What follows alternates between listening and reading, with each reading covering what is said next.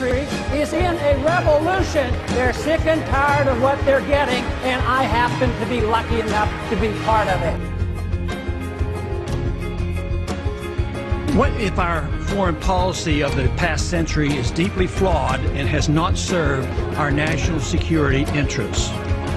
What if we wake up one day and realize that the terrorist threat is a predictable consequence of our meddling in the affairs of others and has nothing to do with us being free and prosperous?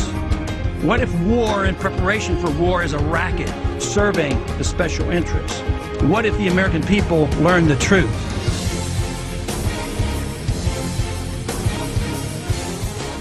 We have allowed our nation to be overtaxed and overregulated and overrun by bureaucrats. The founders would be ashamed of us for what we're putting up with.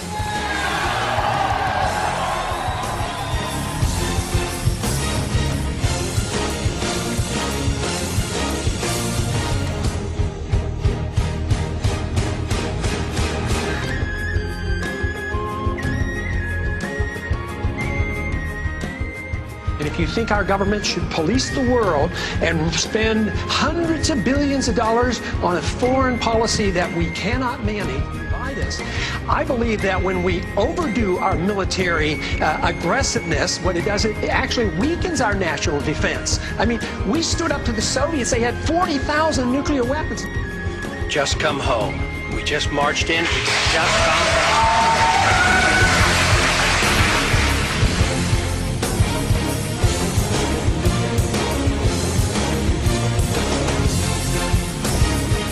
We can achieve much more in peace than we can ever achieve in these needless, unconstitutional, undeclared wars.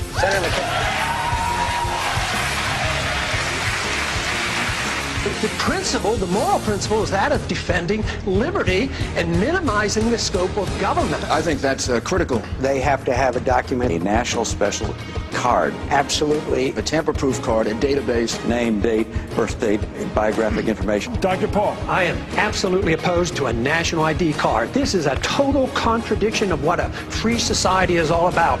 The purpose of government is to protect the secrecy and the privacy of all individuals, not the secrecy of government. We don't need a national ID card. Would you work to phase out the IRS?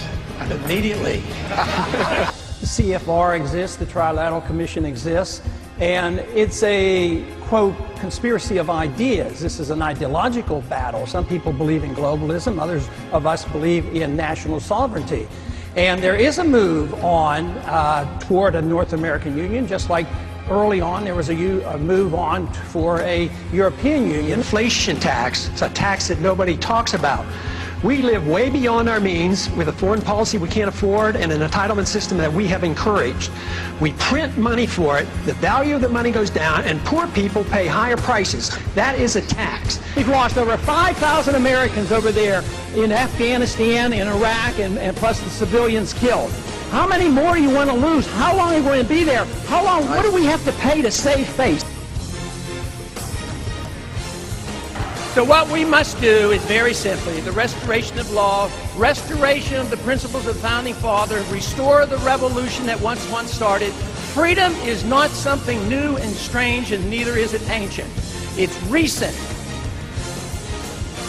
Fortunately, the number of those who care are growing exponentially.